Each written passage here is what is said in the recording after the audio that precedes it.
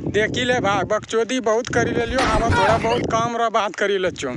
अच्छा अपनो देहातो में अभी मजा आएगा ना भिड़ो। जेकरा 2 बीघा 3 बीघा 5 बीघा 10 बीघा धान खेती जमीन छो, हो खुश बिल्कुल भी ना रही।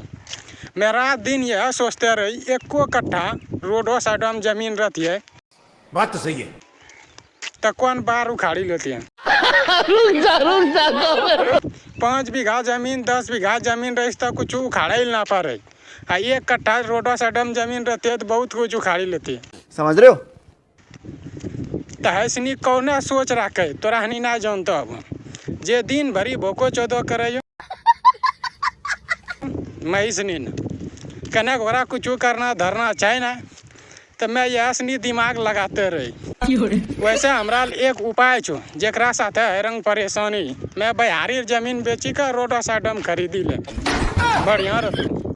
तो देखी ले बात रहने का मैं उपाय बता दिलियो, तो यही बात अब हमरा वीडियो शेयर करी दा और ये पेज का भी फॉलो करी ले, ना तो अच्छा ना हो तो।